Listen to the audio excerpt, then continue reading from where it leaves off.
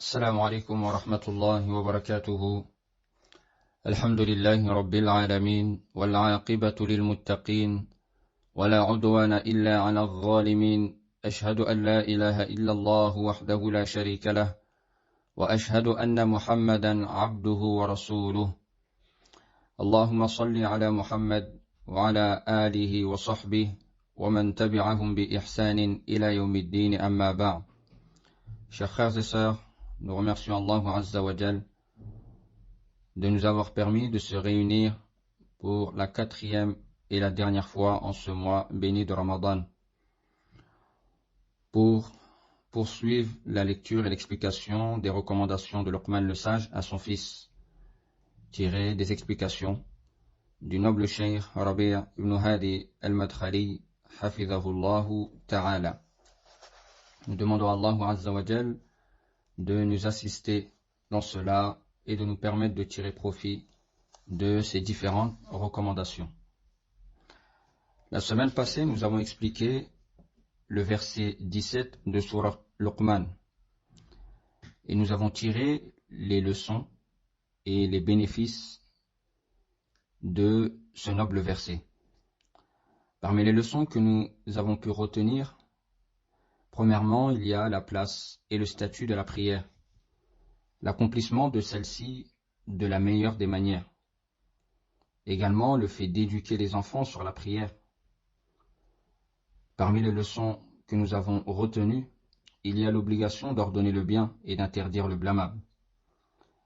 Également, fait partie de l'ordonnance du bien l'appel au tawhid, à suivre la sunna du prophète sallallahu alayhi wa sallam, la bienfaisance avec les parents, l'accomplissement de la prière et le fait de se parer des nobles comportements. Fait également partie de la condamnation du mal et de son interdiction, la mise en garde contre le shirk, la mise en garde contre l'innovation, la désobéissance et les mauvais comportements. Nous allons, bi'iznillahi ta'ala, expliquer à travers la parole du cheikh aujourd'hui les versets 18 et 19 de Sourate Luqman. Allah Azza wa Jal dit dans le sens des versets: et ne détourne pas ton visage des hommes et ne foule pas la terre avec arrogance, car Allah n'aime pas le présomptueux plein de glorioles. Sois modeste dans ta démarche et baisse ta voix, car la plus détestée des voix, c'est bien la voix des ânes. Le noble cheikh, qu'Allah le préserve, a dit par la suite: puis Luqman, le sage, dit à son fils: et ne détourne pas ton visage des gens. C'est-à-dire de ne pas détourner son visage par orgueil. Ne fais pas preuve d'orgueil ou d'arrogance envers les gens. Lorsque l'un d'entre eux te parle en détournant ta joue, ceci fait partie de l'arrogance et de l'orgueil. Une personne te parle et toi tu te détournes de lui. Tu es hautain au lieu d'être humble au lieu d'être humble à son égard. Il y a dans ce verset l'interdiction d'être orgueilleux et arrogant, mais au contraire le serviteur où tu te dois d'être modeste et humble, humble devant Allah Azza wa Jal, le Seigneur des mondes, modeste face aux serviteurs croyants, et de jouir à leur égard d'un bon comportement. L'orgueil est un comportement très blâmable, et ce comportement mène beaucoup de gens à mécroire à Allah. Ils s'enflent d'orgueil, ils n'écoutent pas les versets d'Allah ni les directives des prophètes. Allah Azza wa Jal dit à cet effet dans Sourate Luqman, verset 7, dans le sens des versets: et quand on lui récite nos versets, il tourne le dos avec orgueil, comme s'il ne les avait point entendus, comme s'il y avait un poids dans ses oreilles. Fais-lui donc l'annonce d'un châtiment douloureux. L'orgueil fait partie des plus grandes causes qui mènent à la mécréance, à rejeter ce avec quoi les messagers sont venus. Le prophète sallallahu alayhi wa sallam a dit dans le hadith de Abdullah ibn Mas'ud: l'orgueil, c'est de refuser la vérité et de mépriser les gens. Al-kibru batarul haqq wa ghamtun nas. Et ce hadith a été rapporté par Muslim. Quant au rejet de la vérité dans le hadith, c'est-à-dire rejeter le tawhid ou toute autre vérité qui te parvient, c'est que tu ne te rabaisses pas face à cette vérité, mais au contraire, tu la rejettes. Tu méprises celui qui te fait parvenir cette vérité. Tu rejettes sans droit la vérité qui se trouve chez ce dernier. L'orgueil est interdit dans tous les cas, car c'est un comportement odieux qu'Allah déteste. Il est rapporté dans le hadith de Abi Hurayra radiyallahu anhu que le prophète sallallahu alayhi wa sallam a dit, Allah azza wa jal a dit dans le hadith, Al-kibriya'u ridai wal-'azamatu izari faman naza'ani wahidan minhuma qadhaftuhu fin-nar. Allah azza wa jal a dit, l'orgueil est mon vêtement et la grandeur est mon pagne. Celui qui me dispute l'un des deux, je le jetterai en enfer. Ne sois donc pas orgueilleux, car le prophète sallallahu alayhi wa sallam a dit dans le hadith de Abdullah ibn Mas'ud radiyallahu anhu, hadith rapporté par Muslim, n'entrera pas au paradis celui qui a dans le cœur un atome d'orgueil. La yadkhulul jannah man kana fi qalbihi mithqala dharratin min kibrin. Repousse et combat l'orgueil de ton âme. C'est un comportement odieux qui mène à la mécréance, au mépris des gens et au rejet de la vérité. Voilà pourquoi ce sage Luqman, qu'Allah lui fasse miséricorde, a recommandé et a enjoint à son fils de ne pas se détourner des gens et de ne pas faire preuve d'orgueil à leur égard. Une personne te parle et toi tu te détournes. Sois modeste, humble. Tu n'es qu'un être humain pauvre, faible, qui a été créé à partir de terre, à partir de spermatozoïdes. Tu es une créature qui a besoin d'accomplir ses besoins chaque jour. Comment peux-tu être orgueilleux après cela? Ensuite, Luqman, qu'Allah lui fasse miséricorde, a dit à son fils, dans le verset, « Et ne foule pas la terre avec arrogance, car Allah n'aime pas le présomptueux plein de glorioles. » Ne sois pas arrogant, prétentieux.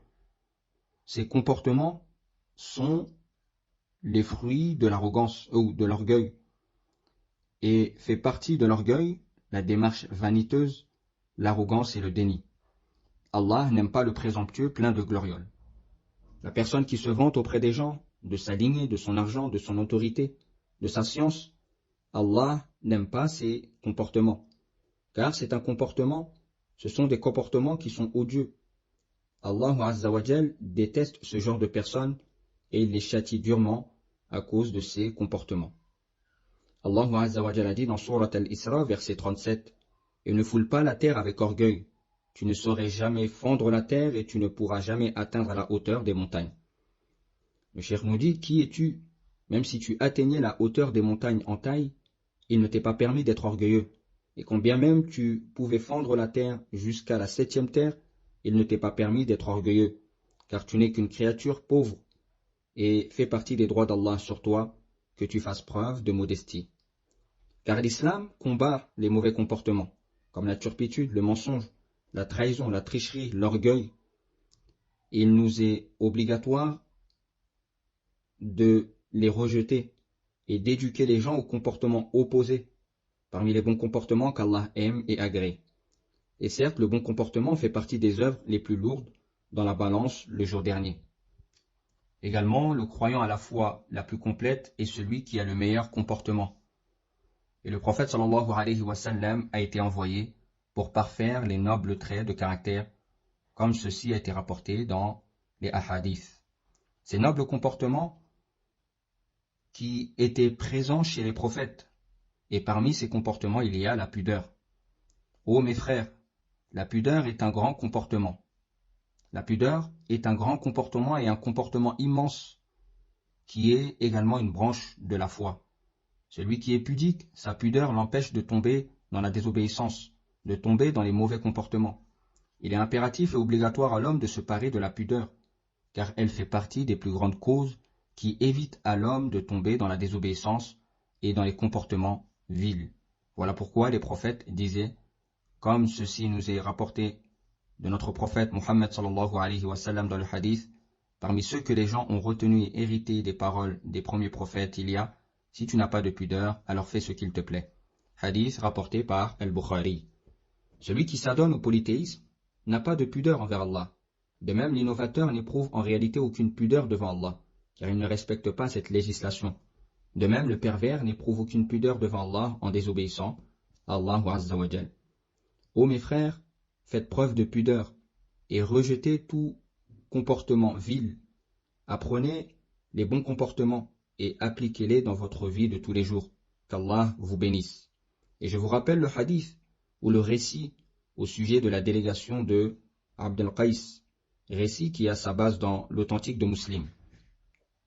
La délégation de Abd al-Qais est venue voir le prophète sallallahu alayhi wa sallam. Ils ont posé leur camp à proximité du cimetière de Baqir, à Médine, où ils ont laissé leurs affaires et montures. Puis, à la suite de cela, ils se sont empressés vers le messager d'Allah, sauf un parmi eux, qui faisait partie de cette délégation. Ce dernier tarda, il prit son temps, il enfila ses meilleurs vêtements, ensuite il vint au prophète sallallahu alayhi wa sallam dans une démarche pleine de sérénité et de quiétude. Il salua le prophète, qui lui a dit après salutation, « Il y a chez toi deux caractéristiques qu'Allah aime, l'indulgence et la patience. » Le cheikh dit à la suite de cela, et le contraire de ces deux caractéristiques sont l'immoralité, la précipitation, l'irréflexion. Prenez garde aux comportements qui s'opposent à l'indulgence et à la patience. Ensuite, cet homme demanda au prophète sallallahu alayhi wa sallam, ô messager d'Allah, ce sont deux caractéristiques que j'ai acquises ou bien elles sont innées en moi. Le prophète sallallahu alayhi wa sallam répondit, ce sont deux caractéristiques innées en toi. L'homme dit alors, louange à Allah qui m'a créé avec deux caractéristiques qu'il aime. Allah aime l'indulgence et la patience. Il aime également la douceur et il déteste la précipitation, l'irréflexion, l'immoralité et tout ce qui contredit les deux nobles comportements qui sont l'indulgence et la patience. Efforcez-vous donc de vous parer de ces deux comportements qu'Allah Azza wa Jal aime.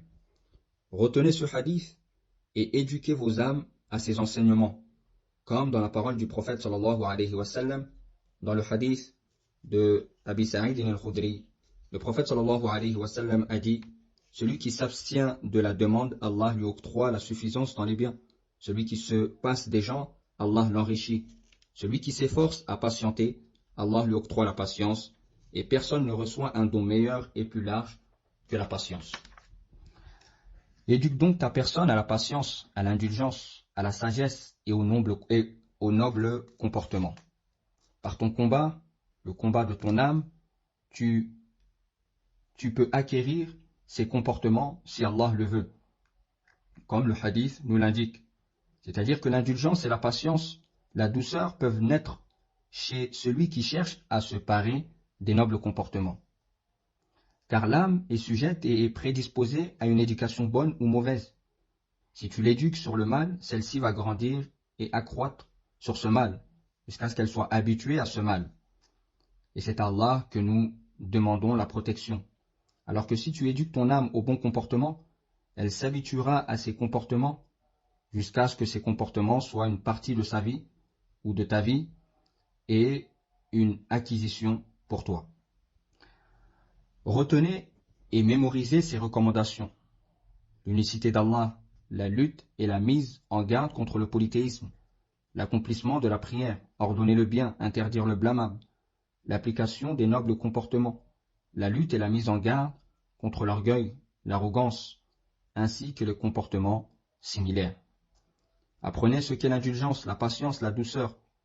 Apprenez ces comportements à travers le livre d'Allah et la sunna du prophète sallallahu alayhi wa sallam, car ces bons comportements ont une place importante dans la religion et dans le prêche salafi, le prêche des pieux prédécesseurs. Avec les bons comportements, votre prêche se répandra et Allah vous élèvera auprès des gens, tandis qu'avec le mauvais comportement, le prêche s'affaiblit. Appelez donc les gens à Allah Azza wa Jal de la meilleure des manières. Allah Azza wa Jal dit à cet effet, par la sagesse et l'exhortation, appelle les gens au sentier de ton Seigneur et discute avec eux de la meilleure façon. Surat An-Nahl, verset 125. Ne discute avec les gens, les mécréants, que de la meilleure manière et avec un bon comportement, sans insulte, sans grossièreté, sans mépris, rien de tout cela. Ensuite, Allah Azza wa Jal dit dans le verset 19 de Surat Luqman, sois modeste dans ta démarche et baisse ta voix, car la plus détestée des voix, c'est bien la voix des ânes. Luqman le sage, rahimahullah ta'ala, dit à son fils, sois modeste dans ta démarche, c'est-à-dire ne t'empresse pas dans ta démarche. Baisse ta voix, c'est-à-dire n'élève la voix que par nécessité à hauteur du besoin. Ensuite, Luqman a dit à son fils, car la plus détestée des voix, c'est bien la voix des ânes. C'est-à-dire que si tu élèves la voix sans nécessité, tu seras alors semblable à cet animal. Les savants ont déduit de ce verset qu'il n'est pas permis d'élever la voix sans nécessité, car Allah Azza wa Jalla a assimilé celui qui élève la voix à l'animal le plus vil auprès des gens, qui est l'âne. La voix doit être en fonction du besoin. La démarche également doit être modérée et équilibrée. Une démarche qui n'est pas nonchalante et qui n'est pas fougueuse. Marche comme les serviteurs d'Allah, qu'Allah a mentionné dans Surat Al-Furqan, dans le verset 63. Il dit dans le sens, les serviteurs du tout miséricordieux sont ceux qui marchent humblement sur terre, qui lorsque les ignorants s'adressent à eux, disent paix. À la suite de cela, le cheikh dit, nous demandons à Allah Azza wa Jal de nous accorder, ainsi qu'à vous, une science bénéfique, des œuvres pieuses et des comportements nobles qu'Allah Azza wa Jal aime. Il dit également, et j'espère vraiment, ô mes frères, que nous prêtions l'oreille et notre attention à ces conseils ou à ces cours bénéfiques.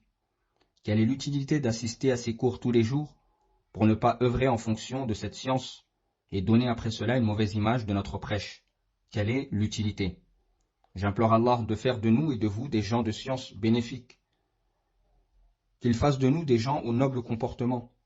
Certes, notre Seigneur est celui qui entend les invocations, et que les éloges d'Allah soient sur notre prophète Mohammed, ainsi que sur sa famille et ses compagnons. Fin de l'explication du cheikh de ces nobles versets de Surat Luqman. Qu'Allah le préserve, allonge sa vie et le rétribue pour ses travaux. Après cela, quelles leçons pouvons-nous tirer de ces différents versets et de ces explications? Premièrement, parmi les leçons que nous pouvons tirer de ces versets, il y a en cela l'interdiction d'être orgueilleux, arrogant, de mépriser les gens, car l'orgueil fait partie des plus grandes causes qui mènent à la mécréance et à rejeter la vérité. De même, celui qui a un atome d'orgueil dans le cœur ne rentrera pas au paradis, comme ceci a été mentionné dans le hadith précédent. Parmi les leçons à tirer de ces versets, à l'opposé de l'orgueil, l'obligation d'être humble et modeste face aux serviteurs d'Allah Azza wa Jal. Parmi les causes qui aident à ne pas tomber dans l'orgueil et la vanité, il y a premièrement le fait d'implorer Allah de le préserver de ses comportements ignobles. Deuxièmement, de se rappeler d'où la personne vient, qu'il est faible, qu'il a été créé à partir de la terre, créé à partir d'une goutte de sperme. D'ailleurs, un pieux prédécesseur disait comment la personne peut être orgueilleuse et s'autosatisfaire alors qu'il est sorti par les voies urinaires à 2 reprises, lorsqu'il était une goutte de sperme et lorsqu'il naquit. Parmi les leçons à tirer de ces versets, c'est qu'Allah Azza wa Jal n'aime pas les orgueilleux. Allah Azza wa Jal n'aime pas l'orgueilleux, le présomptueux, et ceci est tiré de sa parole, Allah n'aime pas le présomptueux, plein de glorioles. De ce point, nous pouvons tirer également 2 caractéristiques d'Allah Azza wa Jal, qui est l'amour. Allah Azza wa Jal aime les gens de bien, les pieux, ceux qui obéissent à Allah Azza wa Jal. De même, Allah Azza wa Jal déteste. Il déteste les gens du mal et de la désobéissance. Parmi les leçons à tirer de ces versets, il y a l'obligation de se parer des nobles comportements, d'apprendre ces nobles comportements à travers le Coran et la Sunna du prophète sallallahu alayhi wa sallam et à travers sa biographie. Comme la pudeur, l'indulgence, la douceur, la patience et tout autre noble comportement. Nous voyons également que les comportements peuvent être innés chez la personne ou peuvent s'acquérir, comme nous avons pu le voir dans le récit de la délégation d'Abd al-Qais, lorsque cet homme a demandé au prophète sallallahu alayhi wa sallam si les 2 caractéristiques qu'Allah a aimées en lui étaient innées ou acquises. Il y a également dans ce verset l'obligation de s'éloigner des comportements odieux et ignobles, comme l'orgueil, l'arrogance, le mépris, le fait de rejeter la vérité, l'autosatisfaction et tout autre comportement similaire. Parmi les leçons que nous pouvons tirer de ces versets, il y a le fait d'être humble et modeste dans la manière de marcher, et d'avoir de la retenue dans la voix, et de ne pas élever la voix sans nécessité apparente. Parmi les leçons à tirer de ces versets, il y a le fait qu'Allah a assimilé celui qui élève la voix sans raison à l'animal le plus vil auprès des gens qui est l'âne. Voici les recommandations que Luqman, le sage, a données à son fils. Il a commencé par la chose la plus importante, est la plus bénéfique pour la personne. Il a commencé par le tawhid, la mise en garde et la lutte contre le polythéisme. Ensuite, il a enseigné à son fils les noms et attributs d'Allah Azza wa Jal, qu'Allah est le puissant, celui qui cerne toutes choses de par sa science, qu'Allah est prompt à faire les comptes et que rien ne serait laissé, même pas la plus petite mesure, qu'Allah Azza wa Jal est parfaitement connaisseur des faits et gestes de ses serviteurs et qu'il est infiniment doux avec ces derniers. Voilà le tawhid que Luqman le sage, rahimahullah ta'ala, enseigne à son fils. Voilà ce qui lui a valu le surnom de sage, car effectivement Allah Azza wa Jal lui a fait don de la sagesse. Ensuite, il a recommandé à son fils la prière, qui est la chose la plus importante après l'attestation de foi. Ensuite, il a recommandé à son fils d'ordonner le bien et d'interdire le blâmable, de patienter après cela sur les préjudices rencontrés. Et il a terminé ses recommandations à son fils en lui recommandant de se parer des nobles comportements et de délaisser les mauvais et de s'éloigner des mauvais comportements. Il convient donc à chacun d'entre nous d'appliquer ces précieuses recommandations dans nos vies et d'éduquer nos enfants, nos proches, sur celles-ci. Car il y a à travers ces recommandations la félicité de l'homme dans ce bas monde et dans l'au-delà. Sur ces dernières paroles s'achève la lecture et l'explication des recommandations de Luqman le sage à son fils, du noble cheikh Rabi' ibn Hadi al-Madkhali, hafizahullah ta'ala. On demande à Allah de le préserver, d'allonger sa vie et de le rétribuer grandement pour ses travaux. Nous demandons également à Allah Azza wa Jal de nous permettre d'appliquer ces recommandations, de nous accorder une science bénéfique, que cette science soit un argument pour nous et non pas contre nous, le jour dernier. Alhamdulillahi alladhi bi ni'matihi tatimmu s-salihat, wa subhanaka Allahumma wa bihamdik, ashhadu an la ilaha illa ant, astaghfiruka wa atubu ilayk, walhamdulillahi rabbil alamin, wassalamu alaykum wa rahmatullahi wa barakatuhu.